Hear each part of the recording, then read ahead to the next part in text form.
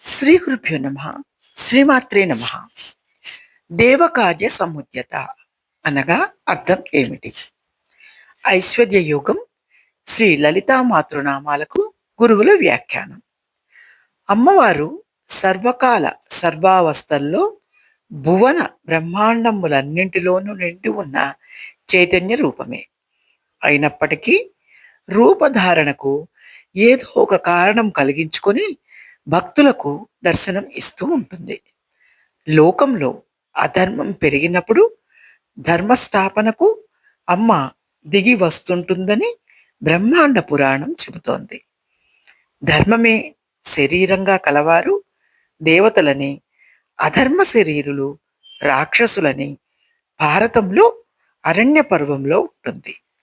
అమ్మవారే దేవకార్య సముద్యత అయింది. అనగా ధర్మం స్థాపించడానికి ధర్మస్వరూపులైన దేవతలు ప్రార్థన స్వీకరించి అధర్మస్వరూపమైన రాక్షసులను సంహరించడానికి ఆవిర్భవించిందన్నమాట. శ్రీమాత్రే నమః. బలం గురోర్ ప్రవర్తత.